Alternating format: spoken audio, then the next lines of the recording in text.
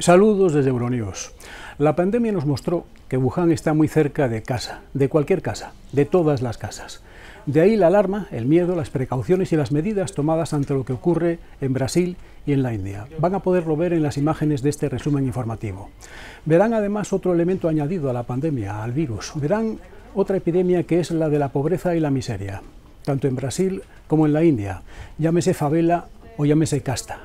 El resultado son sistemas que no protegen la salud colectiva y que como consecuencia, ante una situación como la actual, son un peligro no solo para su población, sino para toda la población de todo el mundo. El concepto de asuntos internos de un país o de un Estado ha quedado devaluado por los virus que no creen en él.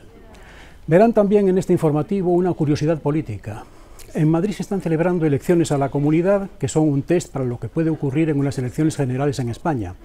Y verán la situación de los venezolanos emigrados y situados y establecidos en Madrid, muchos de ellos ya con derecho al voto en las elecciones municipales y regionales, y cómo reaccionan ante la convocatoria en donde se discuten y se disputan una derecha y una izquierda que están en un periodo de consolidación y de formación en España.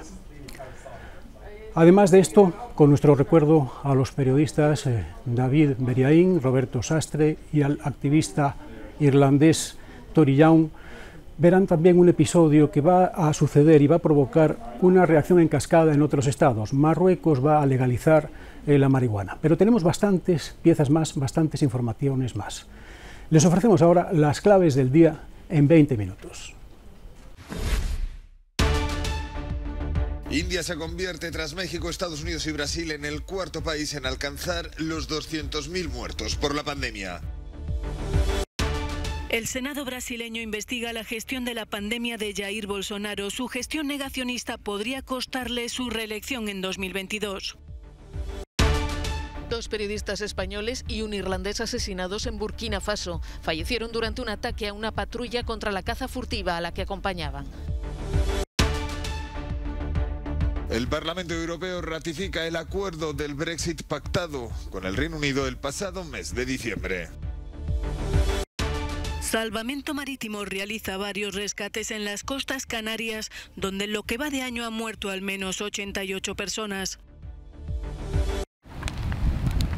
India se convierte en el cuarto país en superar los 200.000 muertos por la pandemia. Tras Estados Unidos, Brasil y México, el territorio ha alcanzado la trágica cifra al fallecer 3.293 personas en las últimas 24 horas. En ese periodo de tiempo ha habido casi 363.000 nuevos contagios, lo que supone un total de cerca de 18 millones. El oxígeno escasea y la propagación del virus está colapsando el sistema sanitario de un país en el que viven casi 1.400 millones de personas.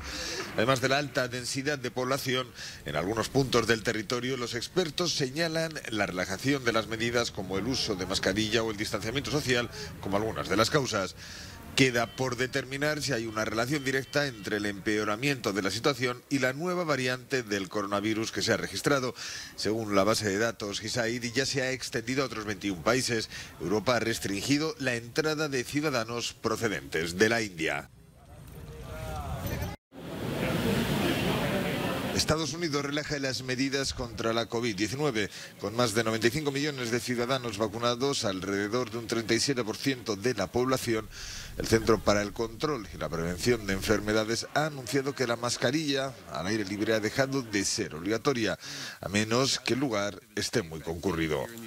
El cambio de normativa es iniciativa de la administración Biden para devolver al país a un cierto estado de normalidad y persuadir a los jóvenes para que se vacunen. Tras el anuncio, el presidente consideró las nuevas reglas como un progreso extraordinario. Si estás vacunado, se pueden hacer más cosas con más seguridad, tanto al aire libre como en interior.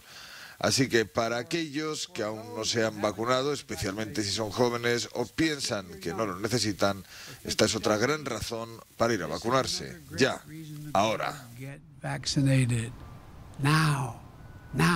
Estados Unidos es el país en el que la pandemia ha matado a más personas, 573.000. Gracias a Dios estoy muy contenta de no tener que llevar mascarillas cuando estamos fuera. Llevo una porque estamos en un sitio muy poblado. No voy a arriesgar la vida de otras personas, ya sabes, voy a llevar mi mascarilla y a estar lo más segura posible. Mientras Biden impulsa el programa de vacunación, una escuela privada de Florida prohibió a los profesores que se inmunicen. El fundador afirma que pueden estar transmitiendo algo de sus cuerpos que podría dañar la fertilidad y el desarrollo de las mujeres y los niños.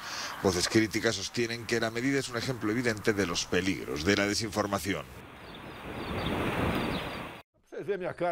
Bolsonaro en el punto de mira. El Senado brasileño investiga su gestión de la pandemia de COVID-19. Aquel resfriadiño al que no quiso dar importancia ha dejado 14 millones de casos y casi 400.000 muertos.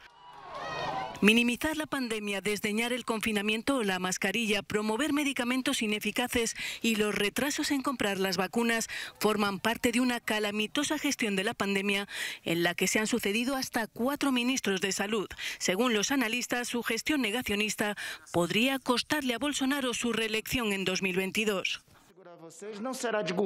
Esta comisión tratará de explicar lo que nos llevó a esta situación. Somos el segundo país del mundo con más muertos por la COVID-19, declaró el vicepresidente de la Comisión de Investigación Parlamentaria, cuyas revelaciones podrían desembocar en un proceso de destitución o terminar en nada. No me preocupa esta investigación, no tenemos nada que reprocharnos, aseguraba por su parte Bolsonaro. Mientras Argentina atraviesa desde hace casi un mes un vertiginoso aumento de los casos de COVID-19, la pobreza se propaga tanto como el virus y los comedores sociales están salvando a muchas familias. Gracias a Dios, entre todo no es mucho, pero tengo mi casa. Porque ahora en este momento no sé cómo haría yo para pagar un alquiler. Con el tema del virus, todo esto, es imposible conseguir trabajo. En Chile, que lleva a cabo uno de los procesos de vacunación más exitosos del mundo, las autoridades sanitarias comienzan a aplicar la vacuna a las mujeres embarazadas. Son ahora elegibles para la vacuna Pfizer-BioNTech las embarazadas con al menos 16 semanas de gestación y factores de riesgo adicionales como diabetes u obesidad.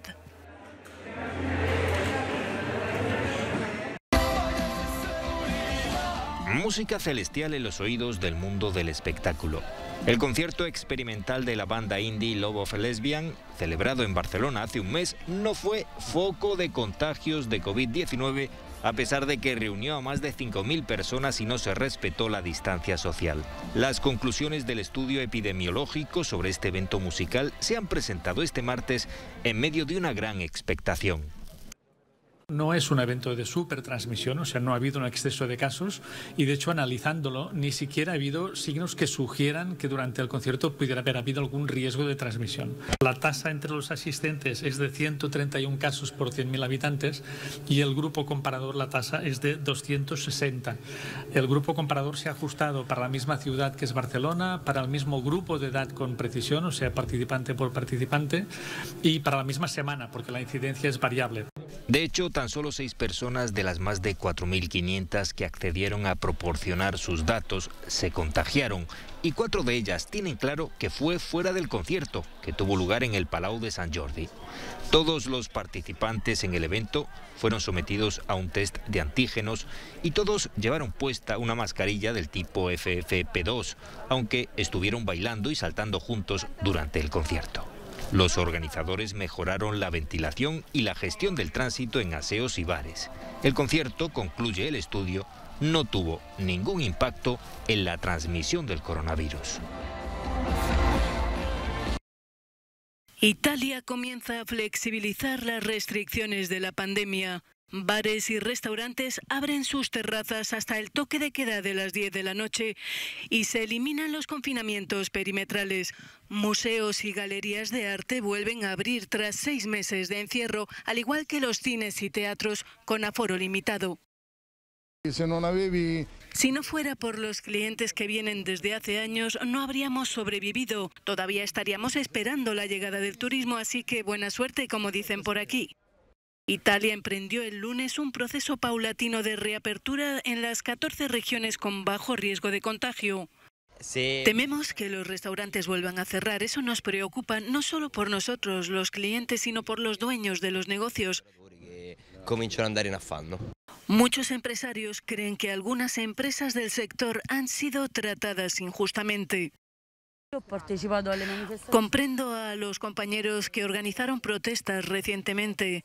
Aunque yo tengo terraza, pienso en quienes no han podido abrir sus negocios por no disponer de un espacio al aire libre, cuya construcción es a veces demasiado costosa. Gracias a estas terrazas, muchos italianos recuperan parte de su vida social, mermada desde hace meses. Con las restricciones aún vigentes a la entrada del turismo, los locales del centro de la capital son los más afectados. Disfrutar de una terraza y reanudar la vida social. La gente da un primer paso hacia la nueva normalidad.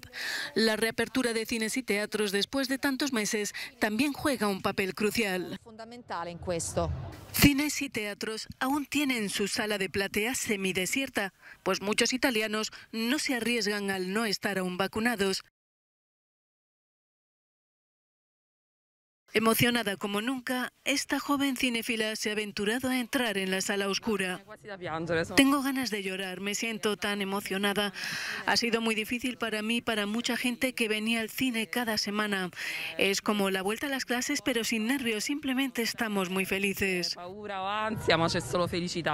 El propietario de este histórico cine de barrio asegura que abrir la sala ayuda a cerrar la brecha cultural que ha creado la pandemia. Los cines, teatros y salas de conciertos contribuyen a crear la cultura y no pueden quedarse atrás. Es fundamental seguir trabajando. Los efectos de la campaña de vacunación aún no son tangibles.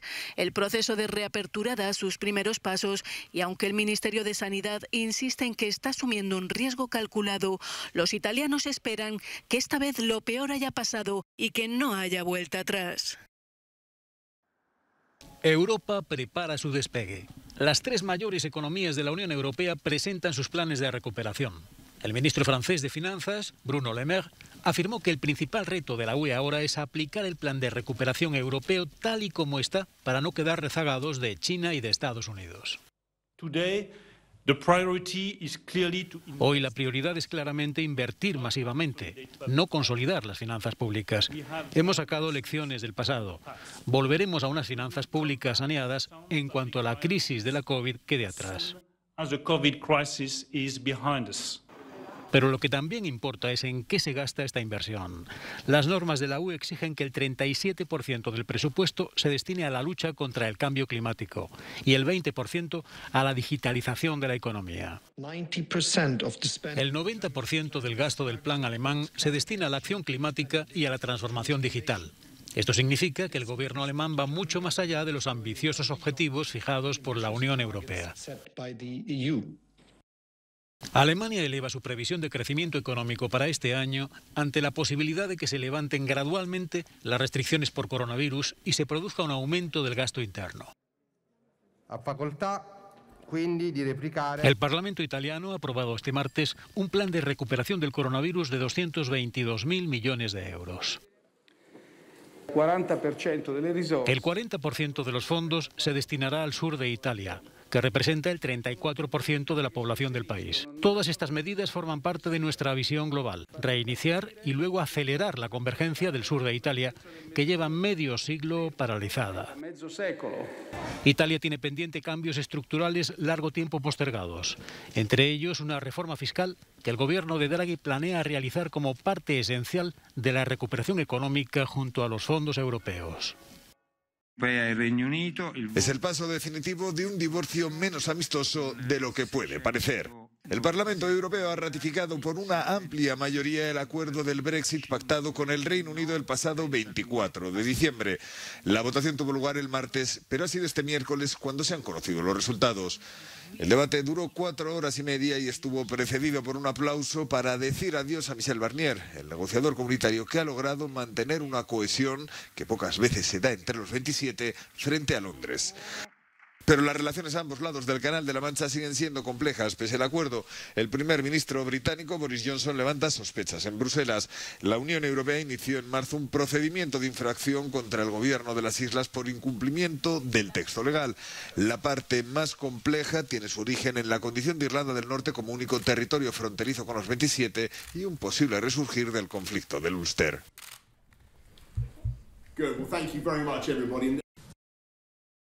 Este es el reportero David Beriaín, uno de los 2 periodistas españoles asesinados en Burkina Faso.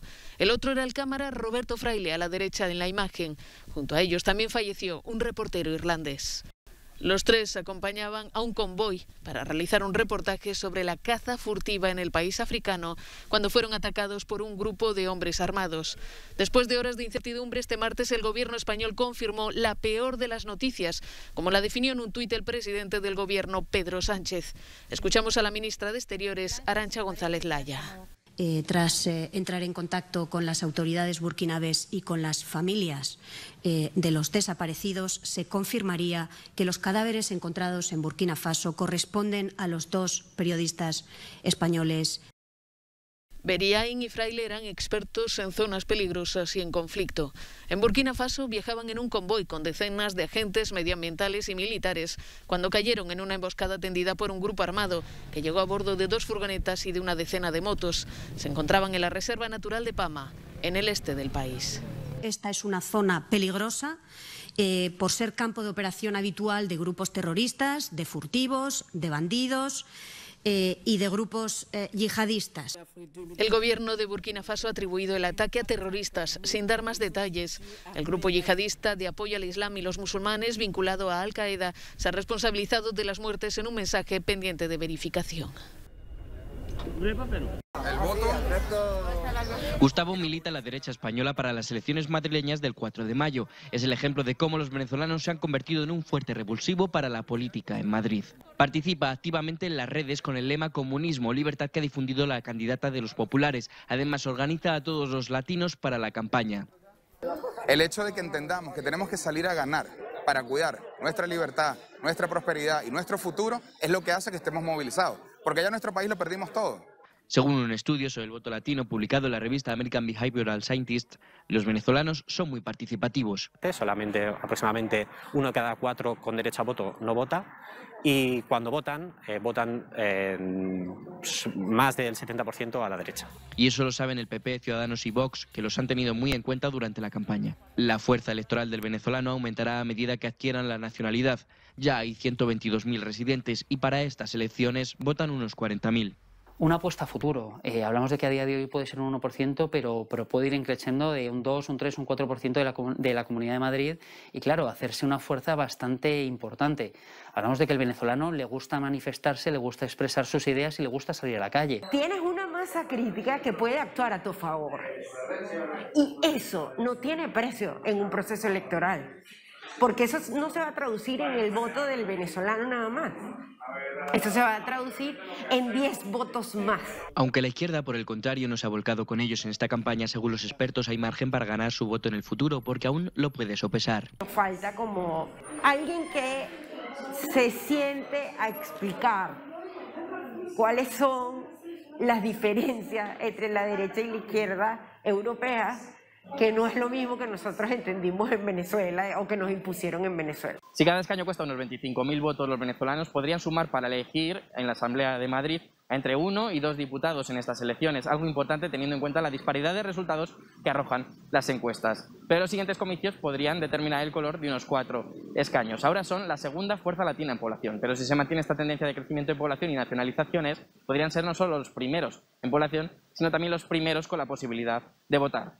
Juan Carlos de Santos, desde Madrid, para Euronews. En España, la Guardia Civil realiza en las últimas horas varios rescates en las costas de las Islas Canarias. 41 migrantes, incluyendo 9 mujeres y 3 niños, han llegado a bordo de la patrullera al puerto de Los Cristianos, al sur de Tenerife. En 2021 se han interceptado 119 pateras con más de 4.300 inmigrantes, lo que representa un 125% más que el año pasado. Esta peligrosa ruta migratoria se ha cobrado la vida de al menos 88 personas en lo que va de año. Entre las víctimas se incluyen 17 fallecidos de una embarcación precaria localizada el lunes a unos 500 kilómetros al suroeste de la isla del Hierro, con 3 supervivientes. Los migrantes son subsaharianos y magrebíes que tratan de alcanzar las costas españolas para huir de la grave crisis sanitaria, económica y social causada por la pandemia de la COVID-19. Marruecos se encamina hacia la legalización de la marihuana para uso medicinal, con el mercado europeo en el punto de mira. El Parlamento marroquí debatirá esta semana un proyecto sobre los usos legales del cannabis, de cuyo cultivo viven decenas de miles de familias marroquíes. Este agricultor de 60 años, que suministra marihuana al mercado negro de la región de Ketama, está deseando que su país dé el paso. Pedimos que se instalen cooperativas de producción de cannabis en nuestra región, para que los jóvenes, la población local, puedan trabajar para el mercado internacional, en regiones históricas de cultivo de cannabis como Beni Sdet, Ketama y Beni Khaled. Si la legalización nos beneficia desde el punto de vista del precio de venta, será algo positivo para nosotros. Pero si el precio que ofrecen no es bueno, todos saldremos perdiendo, dice otro cultivador. Se estima que estos cultivos mantienen a entre 80.000 y 120.000 familias. Marruecos es el mayor productor mundial de hachís, con alrededor de 700 toneladas anuales. Un equipo de científicos ha descubierto alrededor de 25.000 barriles de residuos tóxicos, posiblemente de DDT, en la costa sur de California, cerca de la isla de Catalina. Se trata de un enorme vertedero submarino en una vasta zona en la que ya se habían detectado altos niveles de sustancias químicas en los sedimentos y de DDT en los mamíferos, un peligroso insecticida y pesticida prohibido desde hace medio siglo en Estados Unidos. El jefe de la expedición explica que se quedaron asombrados ante la extensión de los vertidos. Aunque si pensamos que esto pudo ocurrir durante décadas, no deberíamos estar tan sorprendidos.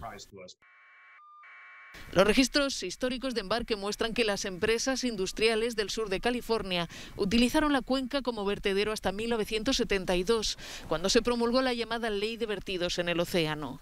Los barriles reposan a más de 900 metros de profundidad. Se calcula que en la zona se vertieron entre 350 y 700 toneladas de DDT. Hasta aquí hemos llegado en Euronews hoy. Les dejamos un no comment con un fenómeno que se viene repitiendo por todo el mundo. El sector del ocio nocturno protesta ante el confinamiento. Esta vez es en la capital colombiana. Verán a la gente que representa las discotecas y el ocio, los bares, restaurantes, protestar en Colombia. Por lo demás, ya saben que pueden suscribirse si quieren a este canal de YouTube para tener el aviso en el momento en que se produzcan nuevas publicaciones, y pueden seguirnos en las redes sociales y en Internet las 24 horas del día. Muchas gracias por acompañarnos. Hasta la próxima. Y a aquellos que trabajamos en la noche y decir buenos días, no romper los platos rotos, ¿no? De llegar, de estar aquí presentes de esta manera, también damos la bienvenida de poder expresar todo este sentimiento que tenemos. Aquí no en la vida lo han culpado de empezar a manifestar que todas las redes sociales hoy sean tendencia para que podamos a nivel general a una quiebra total. Todo esto lo único que está haciendo es llevar a lo ilegal nocturna capitalina. Decimos la noche, el entretenimiento nocturno, las mujeres y hombres que dependen de esta economía nocturna no pueden seguir pagando los platos rotos ni de la pandemia ni de las malas decisiones enfocadas a la noche. De los que estamos pagando los platos rotos. Unos alivios en arriendo, en nómina y en servicio, porque estamos mamados. De servicios generales, no aguanta más.